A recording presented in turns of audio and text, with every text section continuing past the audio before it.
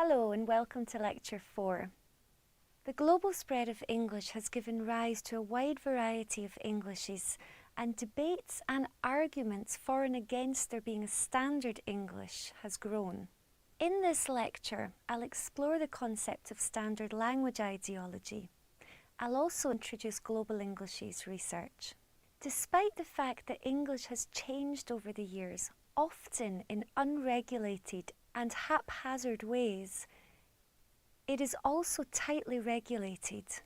In this lecture, I'll now examine standard language ideology that has emerged in reaction to this variation and change.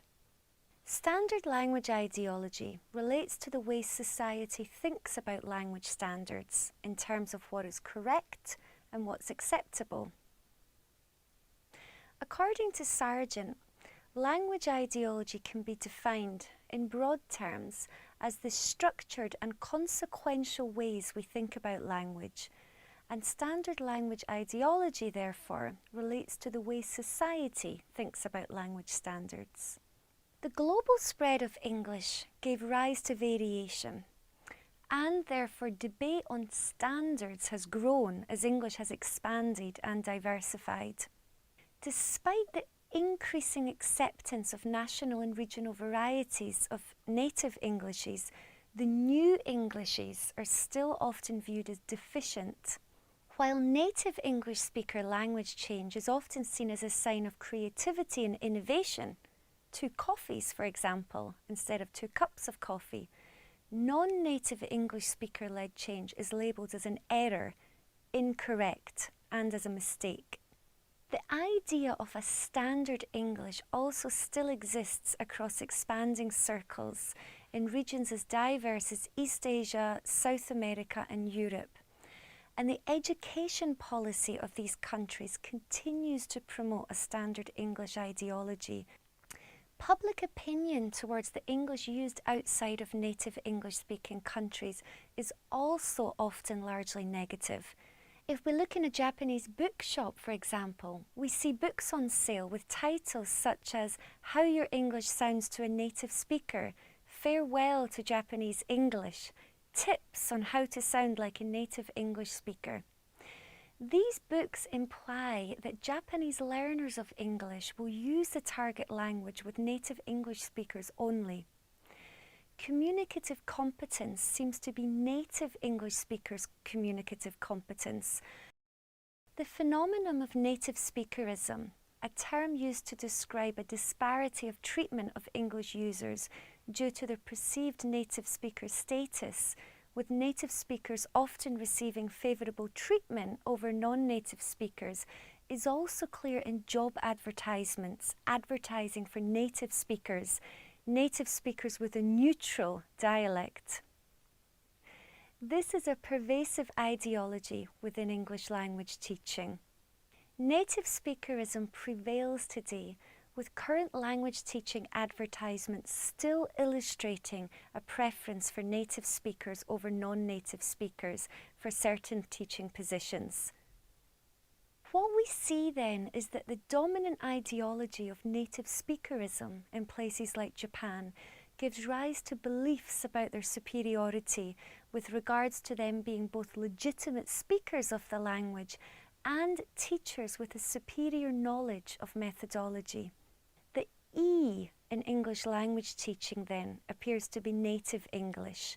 This is the default, the target, the one to be taught, the one to be tested, and therefore the one to be represented in the classroom. However, the very use of the term native is problematic, and the accuracy of the term native and non-native speaker has been questioned.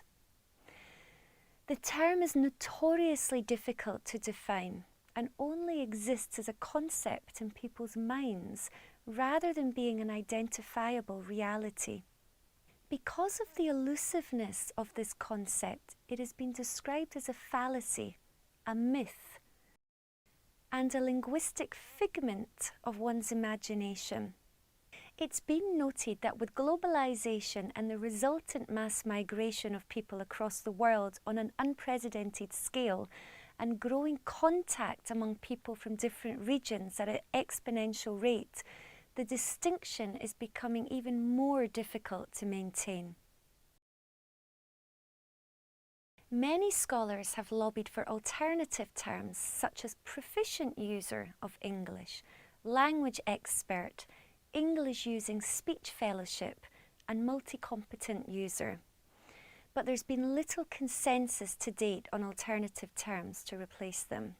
This module has highlighted that English is a language that is always changing, and it's becoming more apparent with research on how the English language functions as a lingua franca in the fields of global Englishes.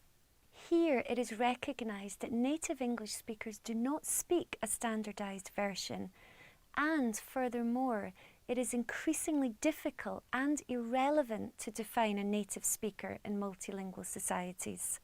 Standard language ideology then relates to the way in which society thinks about a language and language standards, and attachments to a standard English may also be related to standard language ideology in one's own context.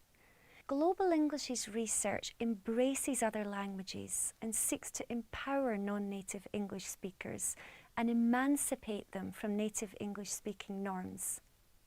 Global English's scholars recognise the problems associated with the spread of native English, and it does not pose a threat to other languages. As English as a lingua franca as a phenomenon has grown, so too has Global English's research, showcasing how such use of English as a global language is something rather different to native and so-called standard English. Studies in the field of global Englishes showcase how the English language functions today and how it has a global ownership. Researchers highlight the global ownership of English and that multilingualism, not monolingualism, is the norm. Today, the majority of English learners are adding to their linguistic repertoire and using the language in multilingual and multicultural contexts. Such research in the field of global Englishes is also showcasing the need for a paradigm shift in how we teach the English language, for a movement away from static native English-speaking norms to ensure that learners today are equipped with the skills necessary to use English as a global lingua franca. As I noted, this research highlights that language change is both natural and normal, that languages are in contact with one another, especially English, which is used in more language contact situations than any other language, that ownership of English should be viewed as a global concept, that English is adaptable, fluid, and ever-changing. Its code gets appropriated and adapted in varied contexts of use, that many English users have a multilingual or translingual repertoire which they utilise to successfully communicate in English. Knowledge of another language is a help, not a hindrance. Research also shows that meaning is achieved through communication and negotiation, not through adhering to strict native English-speaking norms. World English's researchers focus on the linguistic features of English varieties. English as an international language researchers have examined the implications of the spread of English, with its predominant focus on pedagogical implications. ELF researchers explore both the linguistic use of language across speakers of different first languages and the sociolinguistic implications of the use of English as a contact language. There are two further related concepts that are highly relevant, as similar calls for innovation are emerging from their scholarship. Translanguaging, which challenges the monolingual orientation and looks at languages not as separate entities but as part of an interwoven system. And the multilingual turn, which also challenges the monolingual orientation and emphasises the importance of other languages. All 5 of these fields have implications for research surrounding the growth of English, the world's foremost lingua franca. The shared endeavours of these 5 fields are united under the umbrella term of Global Englishes.